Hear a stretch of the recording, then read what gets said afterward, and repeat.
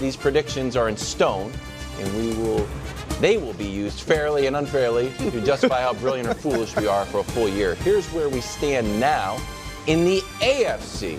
Let's see the predictions that we unveiled yesterday. This is a busy graphic, Dusty. You were correct.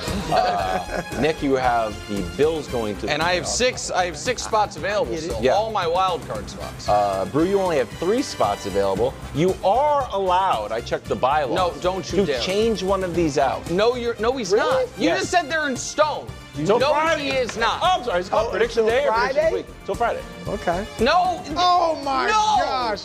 Can I say something in all seriousness? I didn't say I was changing. Wait. Okay. No, hold on. I don't need to change. Okay. I'm happy for you, Nick. That you got, I don't need you got to, a little but I leeway. need to tell you something, buddy. I love you, and I don't want the show to break. Yeah. There are certain things that are not executive decisions from the leader of the show that can just be said on a whim. They need to be discussed. And whether or not you can actually change your predictions after making them during predictions week, and doing that is not something, to be fair, you can do unilaterally. I'm just letting you know. I appreciate the input. Look at this guy. But he's dismissing. Take it away. All right, so what are we even doing in the AFC West? Number 4 in the AFC West, the Las Vegas Raiders. Oh, no. No quarterback. I don't know that letting the players pick your coach is a great idea. I just don't. Listen, I'm not saying Antonio Pierce isn't going to be good. It's just I would have done a little more of my due diligence there. Also, here's a sneaky thing I don't think many people realize. The Raiders have a second place schedule because they finished second place in the AFC West last year. So they were not good enough to have that type of schedule laying out for them. And it seems like a lot of people feel like Devontae Adams is going to be traded. And oh yeah, by the way, the curse of Kermit. They're a 5-win team. Number 3, the Denver Broncos, who I don't think are going to be as terrible as other people. And I'm here to make a bonus prediction during predictions week. Bo Nix is my number 1 draft pick of every quarterback in the league to trick Kevin Wildes into thinking he's good. Wow. I think Bo Nix is going to have a very Mac Jones rookie year without the playoffs type of season where he is already at his ceiling and Wildes like, look at the numbers. What more do you want from him? And I'm in here saying he's actually not that good and you're going to love him. I believe that's going to happen. Sean Payton won 8 games last year with Russell Wilson. So I think that the Broncos, I don't love the talent, but I actually think they're a frisky adjacent team. Wow. Because I think Bo Nix is pro ready, but he's almost likely already at his ceiling. Yeah. I think Sean Payton will get the most out of him. So I think they're not going to be terrible. Number 2, and the first wild card team I'm revealing, the Chargers. Oh. The Harbaugh bump, and they have the last place schedule. In a division with the Broncos and Raiders, they get the last place schedule. I don't know that Greg Roman's even going to care who the wide receivers are. I just think this team's going to win 10 games and make the playoffs. And so you have Jim Harbaugh, you have Justin Herbert, who, if the plantar fasciitis doesn't flare up, and you have a last place schedule. To me, that's 10 wins. And then, of course, at number 1, the Chiefs. There is no obvious weakness. There really is no weakness. There's a 14-win team and a 1 seed. Show me the Chiefs, please. I hope the Chiefs are there.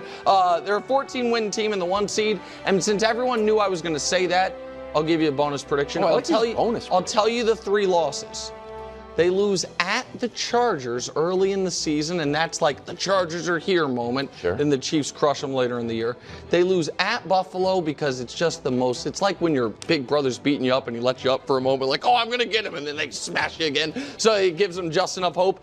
And they lose at home against Houston in December. It's right around Christmas. It's right after they play Cleveland. Cleveland beats people up. So those are the 3 losses for the Chiefs. Week 4 at the Chargers, week 11 at Buffalo, week 16 at home against Houston. They're 14-3 in the 1 seed. And Greg, there's my AFC West. Okay. Well, we clearly know the number 1 team in the AFC West is the Kansas City Chiefs. When I look at these next 3, I honestly believe that this can go either way. I actually am higher on the Raiders than probably anyone sitting at this desk. Wow. Yeah, I would say. I think so that's you got them second. I got them third. I don't have them second. Not that high. I mean, I got them second. I got them third, and we'll see. I believe because of Greg Roman and obviously them loading up the Chargers loading up with the running backs, you're gonna see a lot of running game, and that's gonna help Herbert out. So I think that they'll be second, and the Broncos are gonna finish last. Wow. How the mighty fall. Real? Well, this is awkward. My number 4 team. Oh, bro. Great minds? Is this a great minds situation? This could be a great minds situation. Number 4, the Raiders. Fun fact, Gardner Minshew last year made the Pro Bowl. Pro Bowl. Yeah. Did you, everybody, I mean, we knew that. It's not bad. I mean, he's not. I mean, I know he was like the 8th alternate or whatever it was. He's not. His numbers are actually pretty good. He's got an odd public persona, but he's sneaky good. I'm with you. Okay, do you think Sneaky what good does is that a little mean? much. Sneaky good. Do we He's think a nice backup. Yes, he's that a great can have backup. a good month. Yes. As a starter. That is moments. Okay, that He'll have is the moments, that analysis I 100% That's agree what with. he is, He's not right? one of the 25 best quarterbacks. No. So then he's not sneaky good. There's 32 starters. He's not one of the 25 best. Sneaky good? He's sneaky good. What does sneaky He's never good been able mean? to play an entire season. Is he a with bottom receiver like 7 Devontae Adams. starter? Oh, really? So you think they're going to have a great year? No, I'm saying he's never had the Him and opportunity to Devontae? play with a receiver like If he's Devontae Adams sneaky for a good full and he's year. got Devontae Adams. Since we got the end of the week, I might change. Go All right, so at number 3, Denver. Denver. Yeah. I do disagree with you, though, on Bo Nix. Obviously, he's been great in the preseason. I'm not going to overreact. Guess who else was great in the preseason last year? Kenny Pickett. Kenny Pickett, yeah. And so, but I disagree with you, Nick, on that. I'm not so sure. Yeah, I think he could be a pretty good player. Like, I think he'll play. Good? Well, I think eventually he could be a nice, solid NFL quarterback starter. So I liked what I saw with Bo Nix. This is the only place we disagree. I got the Chargers, obviously. But I seriously, yeah. And I was torn, and Greg knows. I told him I was going back and forth between the Chargers and the Dolphins. But I went with the Dolphins, but I might regret this one. I just don't like you mentioned, the receiving core. I mean, it's completely depleted. Yep. I know they got the running game, and Herbert, he's a tough guy physically, so I think he can come back and play with the injury even if he's still hurt. But I think they need a little more explosiveness for the offense. And I do think Harbaugh is going to improve that defense, which has been bottom 10 in the league basically the last 3 years. But I got them barely missing the playoffs. And, of course, the Chiefs. 14 wins, that sounds about right. Look, I was high. I was high on their receiving core. Now, of course, Hollywood Brown is hurt. Hopefully he'll be back pretty soon.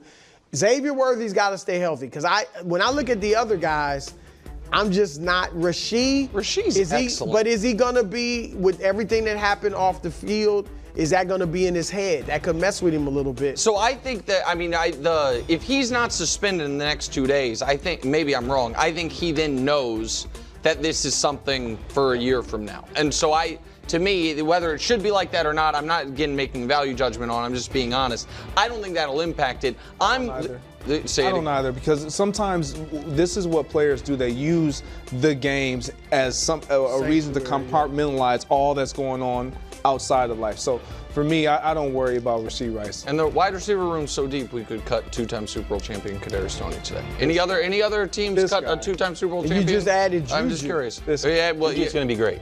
Juju, by the way, will be good. He won't be great.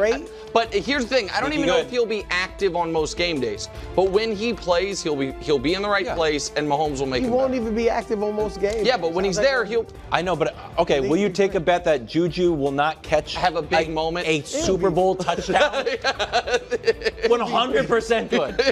Thanks for watching. Subscribe here to get more from the show and